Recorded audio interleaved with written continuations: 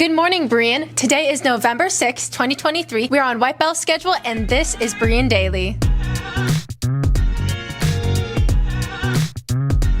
Seniors, there'll be a college app open lab today at lunch in room C2. Hope to see you there. Juniors, it's time for fall semester junior appointments with Mrs. Tegler. Sign up on Calendly and stop by the college and career if you have any questions. Freshmen and sophomores, you'll be taking the CLT on Tuesday, November 14th. This is a short test and will help prepare you for college. The exam will begin at 8:30 a.m. You'll be out by 11:15 a.m. The bus will leave school at 11:30 a.m. Juniors and seniors, you get the day off on November 14th. The timing of this is great for your college apps or for catching up on sleep and projects. This week, November 8th, we will be having special in-class chapels. Do not go to the gym.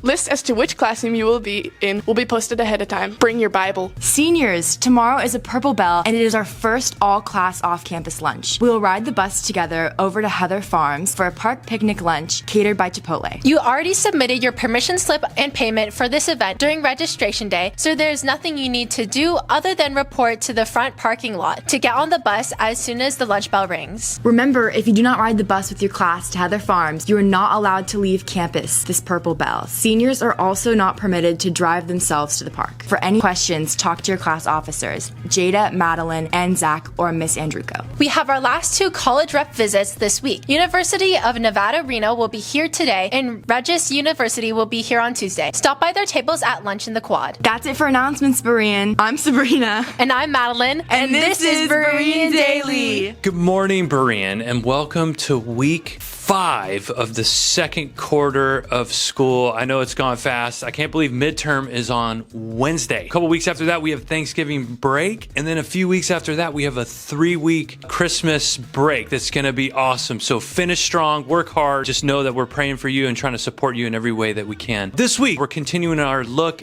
at the artwork on our campus. And this week, we're looking at a painting entitled The Christian's Last Prayer by someone named Jean-Leon Jerome. It was painted in 1883. It depicts a group of Christians in the Colosseum, some who've been burned at the stake, some who are about to be eaten by a lion, killed in some way, right? This really depicts the 2nd and 3rd century when Christians faced persecution in the Roman Empire. And there were a lot of reasons that the Christians were persecuted. But it's interesting to note that the Romans didn't know the Christians very well, and they had all kinds of suspicions about them. Number one, they thought they were atheists. Why? Because they didn't worship the Roman gods. They worshiped this guy named Jesus, but not the Roman deities. Also thought they were cannibals, right? Can you think of why they thought they were cannibals? Right? Because just like when we take communion today, we are partaking of the body and blood of Christ, right? And so that leads us to the third charge, that Christians were worshiping a magician, right? Because in Latin, when Jesus said, "This is my body," right? The phrase is, in Latin, it's hoc est corpus meum, right? It kind of sounds like a word that you hear magicians say. Hocus